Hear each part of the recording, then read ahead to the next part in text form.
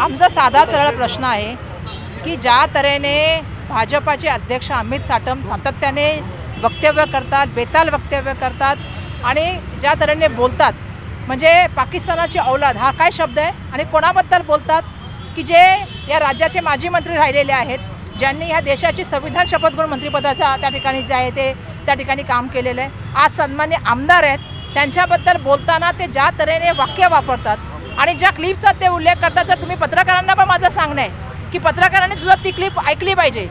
तिथे त्या ठिकाणी आता धारावीनंतर मालवणीच्या वरती नजर गेली आहे काही बिल्डरांची. कोणाची बिल्डर गेलेले आहे, ज्यांनी कंप्लेंट केली आहे त्यांचीच. स्वतःच्या मुलाला त्या ठिकाणी बिल्डिंग बांधता यायला पाहिजे म्हणून गरीब माणसाला त्या ठिकाणी देशद्रोहीला लावता आणि गरीब माणसाचा आवाज म्हणून कोणी आलं की मग तुम्ही त्याच्या विरुद्ध त्या ठिकाणी पाकिस्तानाची औलाद, याची औलाद, काय चाललंय ह्या देशामध्ये.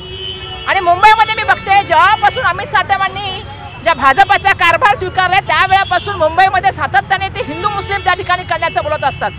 बोलले मुंबईचा महापौर खान होणार, मध्ये त्यांनी त्या ठिकाणी अजून एक आरोप त्या ठिकाणी केला.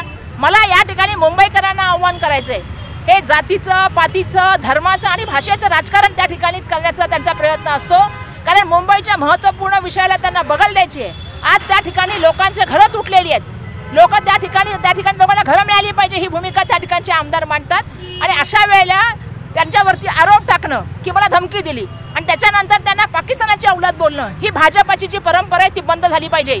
मुंबईची जनता चांगल्या तऱ्हेने समजते की तुम्ही हे सगळं का बोलताय. हे तुम्ही यासाठी बोलताय कारण तुम्हाला मुंबईच्या विषयावर बोलायचंच नाही आहे. मुंबईच्या ट्रॅफिकबद्दल बोलायचं नाही, प्रदूषणाबद्दल बोलायचं नाही, घनकचऱ्याबद्दल बोलायचं नाही. मुंबईमधल्या असलेल्या महत्त्वाच्या जागांवर तुमच्या सगळ्यांची नजर आहे. तुम्ही अदानी, तुम्ही लोढा आणि त्या ठिकाणी मोहित कंबोजचं काम करता, सर्वसामान्य माणसाचा विचार करत नाही. मुंबई का ह्या लोकांची आहे का, हा माझा या ठिकाणी प्रश्न आहे. आणि आज जे आंदोलन घेतलं गेलं ते आमच्या युथ काँग्रेसच्या वतीने आंदोलन केलं. आम्ही काँग्रेस पक्षाला मानणारे आहोत, शांततेने आंदोलन करायला त्या ठिकाणी गेलो होतो. आमचा ह्या गोष्टीला निषेध आहे की अशा तऱ्हेने तुमच्या बेताल वक्तव्याच्या माध्यमातून सातत्याने धर्मांग वातावरण तयार करणं, धर्मामध्ये त्या ठिकाणी द्वेष निर्माण करणं आणि एखाद्या व्यक्तिबद्दल असं बेताल बोलणं, ज्याच्या विरोधामध्ये आमची लोक त्या ठिकाणी प्रश्न विचारायला गेली होती, त्यांच्यावरती FIR का घेतला जात नाही. जो व्यक्ती सातत्याने अशा तऱ्हेने बोलतो या संदर्भात त्या ठिकाणी आंदोलन करायला गेली होती. पण आज बघितलं तुम्ही त्या ठिकाणच्या BJPच्या कार्यकर्त्यांनी काँग्रेसच्या कार्यकर्त्यांशी त्या ठिकाणी राडा केला, मारहाण करण्याचा प्रयत्न केला. आणि आज या ठिकाणी ज्यावेळी पोलीस स्टेशनला आले, जे तुम्ही मला प्रश्न विचारला की पोलिसांशी तुम्ही काय बोललात, मी बोललो ठीक आहे, आमची 10 मुलं घेऊन तुम्ही आलात, भाजपाचे किती मुलं आली आहेत, भाजपाचे किती कार्यकर्ते आलेत, का भाजपाच्या एका कार्यकर्त्यावर कारवाई होत नाही. ज्या लोकांनी आमच्या कार्यकर्त्यांना मारलं आणि आमच्या कार्यकर्त्यांनी त्यांच्याबरोबर त्या ठिकाणी प्रतिवाद करण्याचं काम केलं, त्यांच्याबरोबर त्या ठिकाणी अडवण्याचं काम केलं, त्यांना त्या ठिकाणी सगळं त्या ठिकाणी काय म्हणतात त्याला, त्या झटापटीत काही गोष्टी करण्याचं काम केलं, तुम्ही त्यांना इथे घेऊन आलात. म्हणजे अशा तऱ्हेने आपण जर बघितलं तर आम्हाला अपेक्षा आहे की या सरकारमध्ये जे लोक राहतात त्यांनी पोलीस स्टेशन नाही निर्माण केलेले आहे.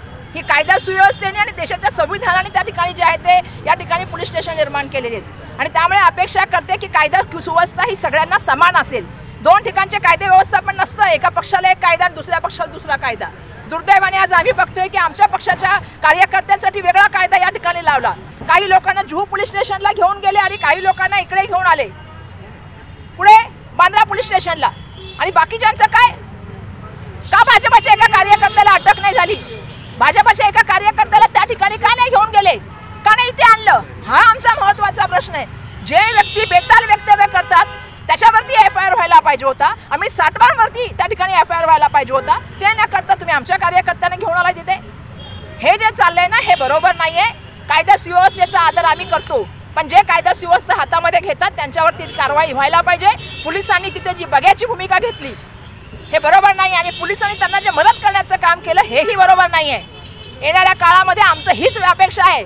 आम्ही पोलिसांचा पूर्णपणे सन्मान करतो, पण याचा अर्थ असा नाही की त्यांनी सरकारच्या हाताखालचे त्या ठिकाणी जे आहे ते कर्मचारी किंवा त्यांचे कार्यकर्ते म्हणून काम करावं, ही आमची अपेक्षा नाही. एकीकडे आपण पाहतोय त्यांना शिवीगाळ पण त्या ठिकाणी करण्यात आली. असलमचे भाजपचे सगळे कार्यकर्ते होते, त्यांनी शिवीगाळ केली आणि गुन्हा दाखल करण्याची मागणी तुम्ही केलेली आहे, पण पोलीस व्यवस्थित तपास करते असं तुम्हाला वाटतंय? नाही, मी आता तुम्ही येण्याच्या आधीच मी सांगितलं की ज्या तऱ्हेने मुंबईमध्ये मुंबईच्या अध्यक्षांच्या माध्यमातून जी बेताल वक्तव्य होतात, ज्याच्यामध्ये तुम्हाला माहिती आहे की त्याने जे आहे त्याने काय सांगितलं की पाकिस्तानाची औलाद. कोणाला सांगितलं? ज्यांनी ह्या मुंबईमध्ये महाराष्ट्रामध्ये मंत्रिपद केलं आणि देशाचं संविधानिक पद त्यांनी त्या ठिकाणी जे आहे त्या ठिकाणी ते आहे, त्याचबरोबर ते सन्माननीय आमदार आहेत. अशा व्यक्तीबद्दल तुम्ही असं बोलताय आणि का बोलताय मला हे कळत नाही की भाजपाचे अध्यक्ष ज्या वेळापासून जे आहे ते मुंबईचे अमित साटम झाले त्यांनी पहिलंच वाक्य वापरलं की खान महापौर बनणार. हिंदू मुस्लिमच्या बाबतीत सातत्याने ते बोलत असतात. माझा त्यांना महत्त्वाचा प्रश्न असा आहे की अमित साटम सातत्याने हे धर्मांग वातावरण त्या ठिकाणी द्वेष का निर्माण करतात. मुंबईमध्ये आपण बघतो की प्रांतवाद, भाषावाद, जातवाद आणि धर्मवाद याच्यावरतीच हे त्या ठिकाणी घेऊन जाण्याचं काम करतात. पण मुंबईकरांना माहिती आहे की मुंबईकरांच्या मूलभूत प्रश्नाबद्दल या ठिकाणी बोललं गेलं पाहिजे. दुर्दैवाने त्याच्यावरती काहीच बोललं जात नाही. आणि ज्या वेळेला आपण बघतो की आज आपल्या सगळ्यांना माहिती आहे की मुंबईमध्ये किती प्रश्न आहेत. ट्रॅफिकवर बोलायला पाहिजे, मुंबईच्या मोठ्या जमिनी त्या ठिकाणी मोठ्या व्यापाऱ्यांना द्यायला चालले, मित्रांना त्याच्याबरोबर बोललं पाहिजे. मुंबईमधले कॉन्ट्रॅक्ट द्यायला चालले त्याच्याबद्दल बोललं पाहिजे. घनकचऱ्याचे विस्थापन असेल, पाण्याचा प्रश्न असेल, रस्ते जे सिमेंट कॉन्क्रीटचे ठरले होते ते अजून त्याचं काम सुरू नाही झालेले त्याच्याबद्दलचे प्रश्न असतील. किती मुंबईमध्ये प्रश्न आहेत. मुंबईत प्रदूषणामध्ये किती मोठ्या प्रमाणात गेलेली आहे. संध्याकाळच्या वेळेला 2-2 तास लोकांचे 4-4 तास लोकांचे ट्रॅफिकमध्ये झाले. त्याच्यावर न बोलता जातीय तणाव, धार्मिक तणाव त्या ठिकाणी निर्माण करायचा. आणि हे कोण लोकांना सर्टिफिकेट द्यायला निघालेले आहेत? काय त्यांचा संबंध? काय ही जमीन लोडाला द्यायची आहे म्हणून हे सगळं लफडं चाललेलं आहे, हा विवाद चाललेला आहे. लोढा सांगतात मला धमकी दिली. अहो सन्माननीय मंत्री महोदय, एक आंदोलन तुमच्या विरोधात मी केलं. जी मुंबई महानगरपालिकेची शाळा होती ती एका प्रायव्हेट माणसाला दिली म्हणून मी त्या ठिकाणी मलाडला आंदोलन करायला गेले होते. आज तुम्ही 400 लोकांचं घर तोडलं. 400 लोकांची दुःखाची कारणीभूत तुम्ही आहात. कोणासाठी? कारण तुम्हाला तुमच्या मुलाला डेव्हलपमेंट द्यायची आहे. म्हणजे आता यापुढे मोहत कंबोज, लोढा आणि अडाणीच चालवणार मुंबई.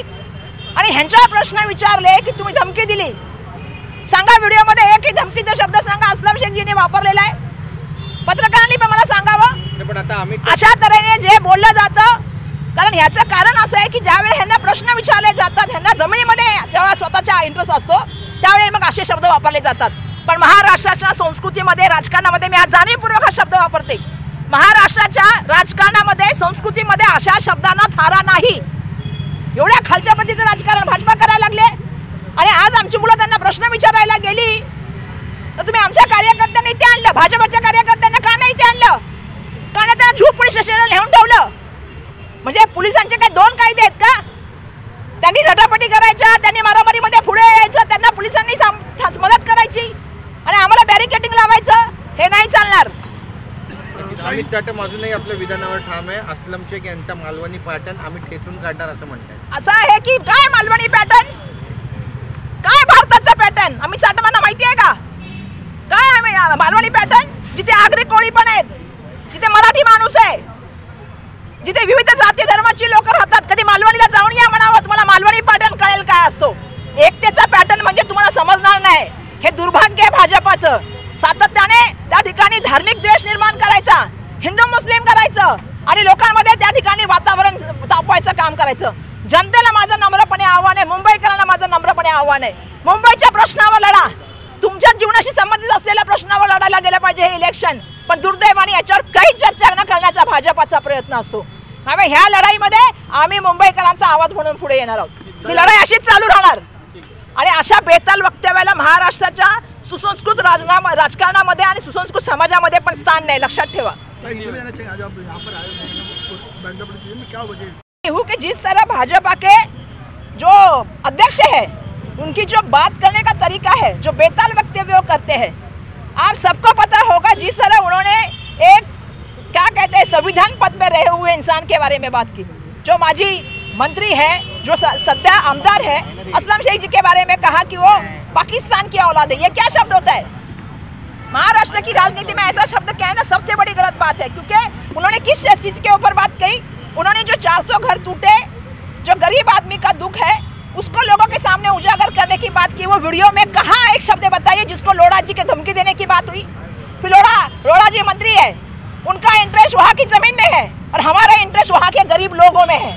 उनको उनके बेटे के लिए ज़मीन चाहिए, हमको लोगों के लिए ज़मीन चाहिए. क्या धारावी के बाद अभी मालवणी नया पैटर्न आया है? आप लोगों की, गरीबों की ज़मीन हटाते जाएंगे और आपको सवाल पूछा तो आपको धमकी दे दी.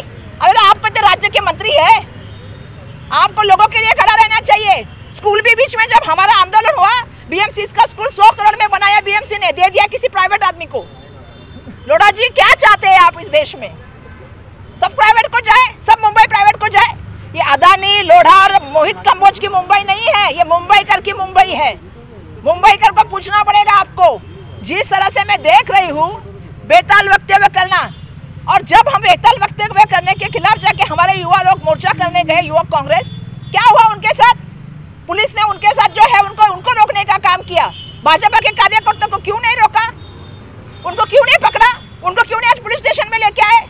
हमारे लोगों को जुहू पुलिस स्टेशन में लेके गए, बांद्रा पुलिस स्टेशन में लेके आए, मुझे आना पड़ा। तो कानून एक है कि इस देश में दो कानून चलते हैं।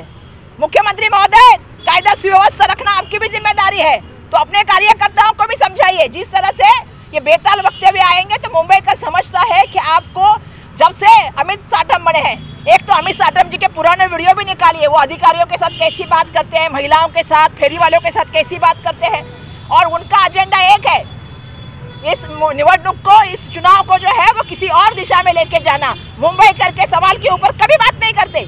मुंबई महानगर पालिका के भ्रष्टाचार के ऊपर बात नहीं करते, निधि के ऊपर बात नहीं करते, सड़क के ऊपर बात नहीं करते, ट्रैफिक के ऊपर बात नहीं करते, पानी के ऊपर बात नहीं करते, घना कचरा के ऊपर बात नहीं करते, सिर्फ जात धर्म पे बात करते हैं। तो आप सबसे मेरा सब मुंबईकर से आह्वान है, ये जात धर्म, प्रांतवाद और भाषावाद को रोकिए, मुंबई के सवालों पे बात करते हैं।